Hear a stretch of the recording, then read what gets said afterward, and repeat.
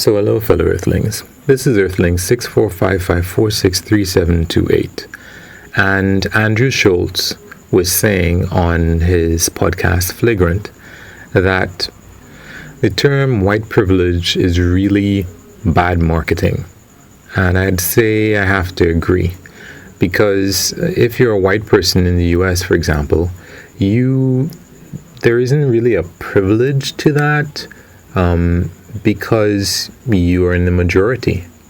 So it's more along the lines of being a severe disadvantage to be black than it is to assign a privilege to most people, because most would be more along the lines of normal, and minority would be along the lines of where you actually have to bring attention to say that there's a disadvantage.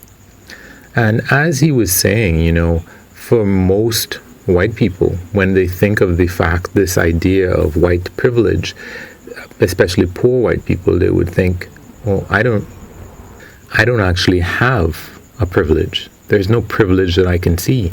Because for most of these white people, they're going to be looking at other white people and saying, nope, I don't have an advantage over you, or you, or you, or you, or you. As a matter of fact, because of the amount of segregation, the real segregation in the US, when they look around themselves in their neighborhoods, they're not going to see many minorities, and they're not going to be able to compare themselves in their lives to these minorities, because they never have to really be around them. So they're never going to see any kind of privilege.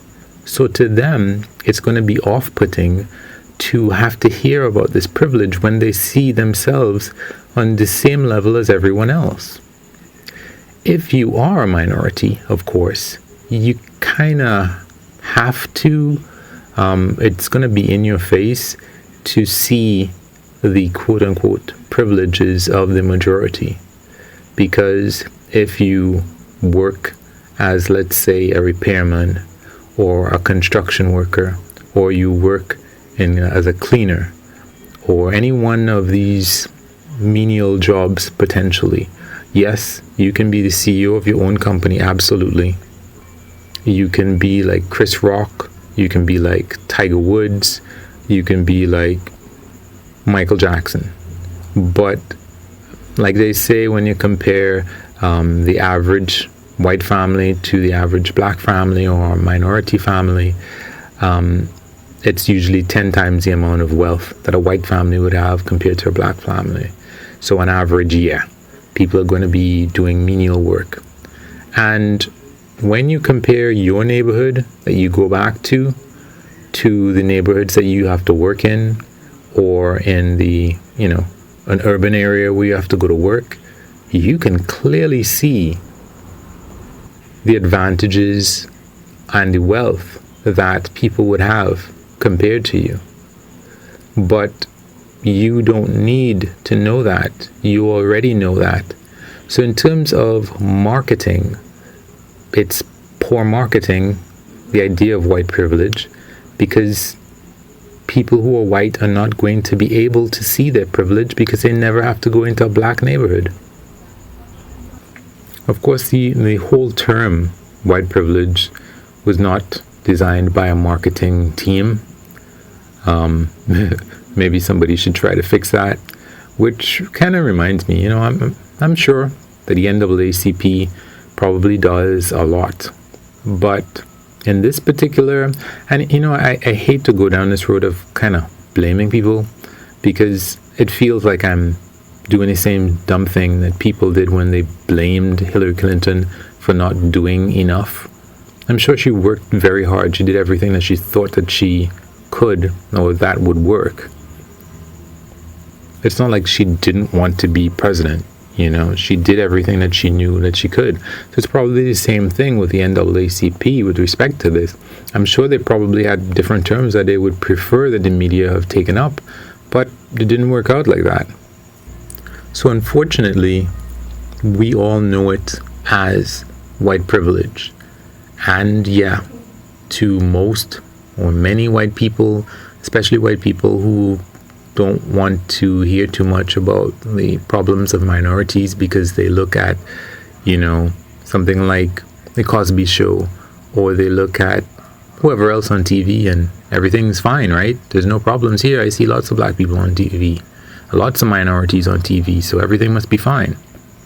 They are not going to see the real differences. So it's a really unfortunate term, but there's nobody to go to and say, hey, can we change this term now? Let's stop calling it white privilege.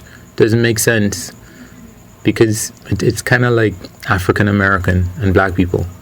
I don't think that black people really prefer African American, but a lot of white people keep saying African American, African American, African American, and black people just say black people. And if somebody says black people, no black person gets offended. So there we are. I guess we just have to live with it.